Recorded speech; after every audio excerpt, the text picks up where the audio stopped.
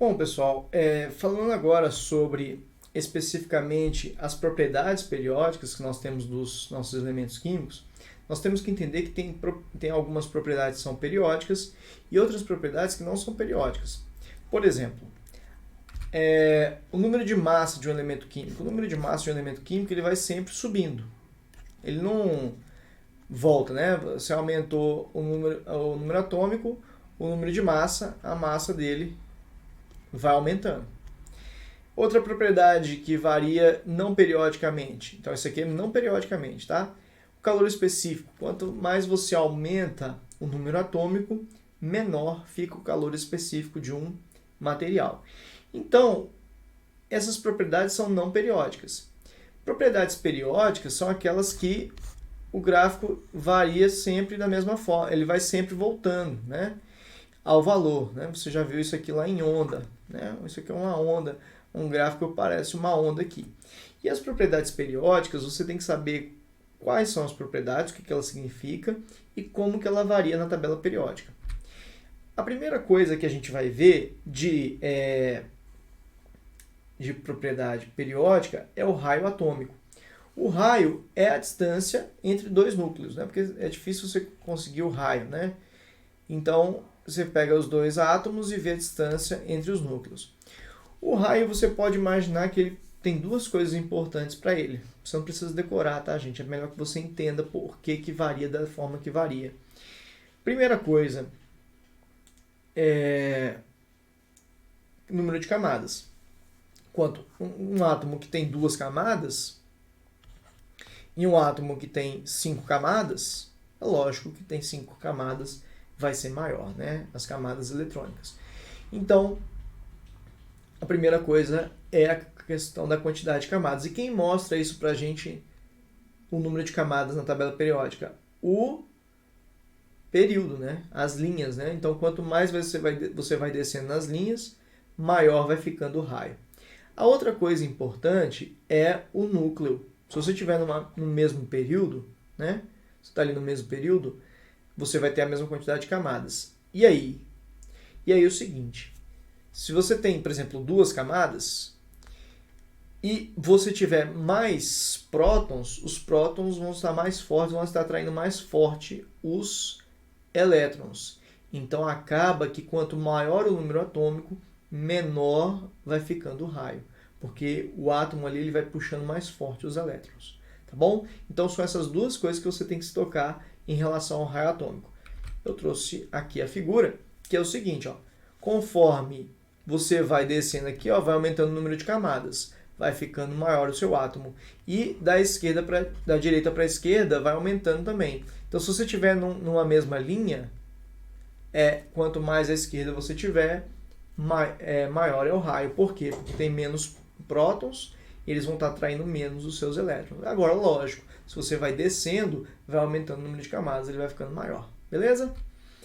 Volume atômico, tá? O volume atômico vai se comportar dessa forma. O volume vai vir daqui para cá, daqui para cá. Repare que o volume se divide nessas duas partes. Se você está aqui no meio da tabela, para a esquerda, ou do meio da tabela para a direita. Repara que já começa a ter um pouquinho de diferenciação. Gente, essa aula aqui, eu não vou ficar aqui pegando muito pesado nisso, não. É só você ter essa noção, tá? Como é que pode cair uma questão para você na prova? Ela te dá 2, 3 elementos e te pede para colocar em ordem de número atômico, de raio e por aí vai.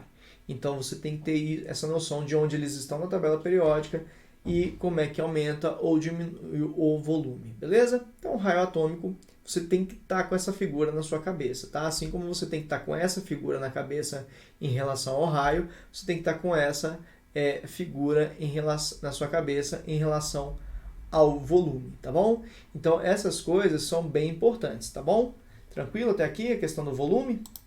E só um detalhe, é que o volume atômico não é só em relação ao volume de cada átomo, também depende do espaçamento entre eles. Então, por isso que essa parte aqui, ó, ela tem a tabela dividida assim, porque uma parte considera em relação influenciada bastante pelo volume do átomo em si, E essa parte aqui também é muito influenciada pelo espaçamento entre os átomos, tá bom? Então por isso que ela tem essa divisão, porque essas duas coisas importam no volume atômico.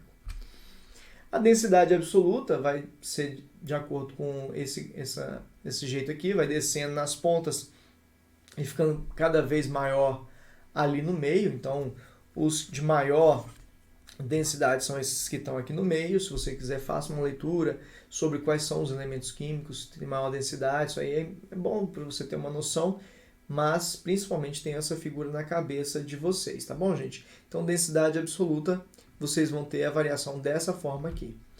Ponto de fusão e ebulição, essas são as figuras, tá bom? Lembrar aqui que ele vai subindo aqui assim, indo aqui assim, descendo aqui assim, indo aqui assim. Então, essa é a figura que vai te nortear na hora que você for fazer a comparação entre dois elementos químicos, beleza? Tá? Um detalhe aqui é que o carbono, ele é um cara que é uma exceção, o ponto de fusão e os pontos de fusão e ebulição deles são muito altos. E essa figura aqui de baixo está mostrando para vocês quem são os elementos químicos que mesmo na temperatura ambiente eles estão na forma de líquido ou até mesmo de gás, né? Esses aqui são os gases, então eles estão na forma de gás, e os outros aqui, ó, exceção aqui, ó, do hidrogênio, essa parte aqui, mas a gente tem a exceção do hidrogênio que também é gás, tá bom? Nas condições ambientes, tá? Isso aqui é importante você saber que esses estão na forma de líquido e gás nas condições normais de temperatura e pressão aqui que a gente tem no ambiente, beleza? Deixa eu ver se tem mais algum potencial de ionização. A gente vai ter aqui o potencial de ionização é a energia que você tem que gastar para arrancar um elétron dele. A gente chama de primeiro potencial de ionização para arrancar o primeiro elétron e segundo potencial para arrancar o segundo, e por aí vai. É interessante que você arrancar o primeiro, você gasta, por exemplo, vou dar um número assim, nada a ver, tá? 10. Para arrancar o segundo não vai ser 20, vai ser muito mais, porque agora esses elétrons que sobraram depois que você arrancou o primeiro, eles continuam sendo puxados por aqueles mesmos prótons que estavam antes. Então, como tem menos elétron, acaba que eles estão sendo puxados com mais força. Então, acaba ficando cada vez mais difícil arrancar deles ali. Beleza, gente? Então, o potencial de ionização funciona dessa forma. A outra coisa que a gente vai ter é a eletroafinidade também. Ela tem um conceito mais ou menos parecido, né? Vocês veem que o desenho é o mesmo, mas a eletroafinidade é a energia que o átomo libera quando ele recebe um elétron, tá? Então, quando você coloca um elétron ali, ele vai liberar uma energia. Então, esse aqui é o gráfico da eletroafinidade. Deixa eu ver se tem mais um. Não é só isso. Então, gente, são esses aqui. Só voltando aqui para a gente deixar claro isso aqui para vocês. Essa aula foi basicamente sobre isso, tá? Eu queria muito que você tivesse esses gráficos aqui na cabeça de vocês, tá? Esses gráficos não, né? Essas tabelas, mas da forma que elas estão. Isso aqui é fundamental que você decore mesmo.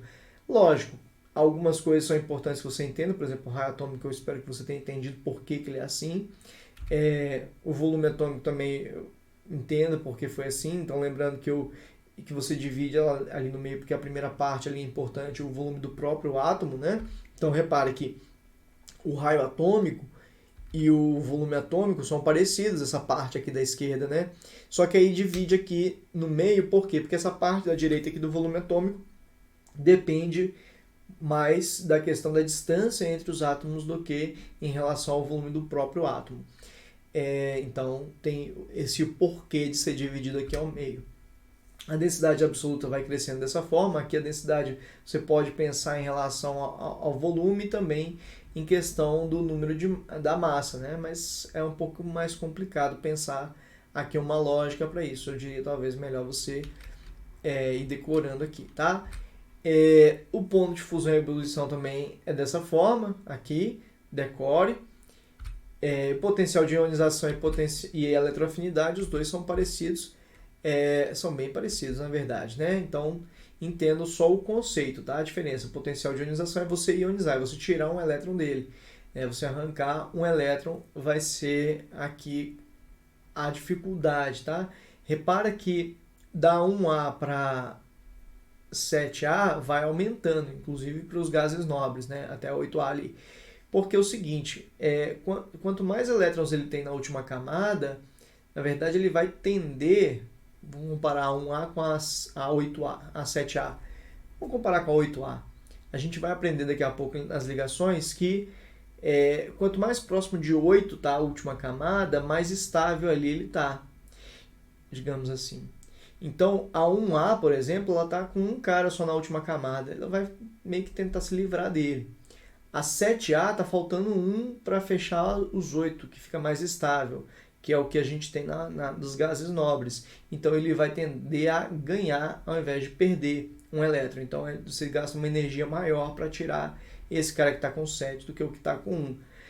E os gases nobres, eles têm geralmente 8, né? Tirando ali o hélio, que tem 2, os outros têm 8 elétrons na última camada. Então, eles estão na forma mais estável. Então, gasta mais energia ainda para tirar um elétron dele, tá bom? E aí vai subindo na direção para cima ali.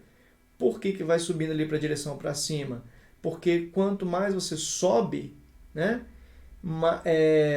menos camadas você tem, ou seja, o último elétron, ele está mais próximo do núcleo, né? Porque se você vai descendo, você tem mais camadas. Se tem mais camadas, o elétron está mais distante, fica mais fácil de você arrancar porque ele está mais distante do núcleo, tá bom? Então é isso, gente. Espero que vocês tenham entendido. Decorem, né? Esses dois aqui seria bom que você entendesse.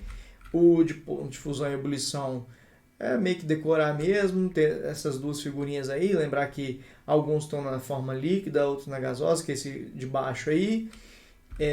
Densidade absoluta também, reparem que o da densidade absoluta e do ponto de fusão e ebulição, eles têm uma certa semelhança, né?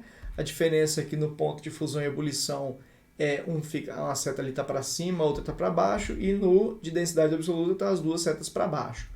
Em relação ao volume atômico, eu expliquei isso aí para vocês, porque tem essa divisão aí no meio, e o raio atômico também. É importante que vocês saibam o que é cada coisa, por quê, e principalmente o gráfico, se ele tiver 3 átomos lá e pedir para você falar qual deles tem maior ponto de fusão e ebulição, maior raio, maior volume, etc., você consegue colocar na ordem, beleza? Então fechamos aqui, gente. Forte abraço e até a próxima aula.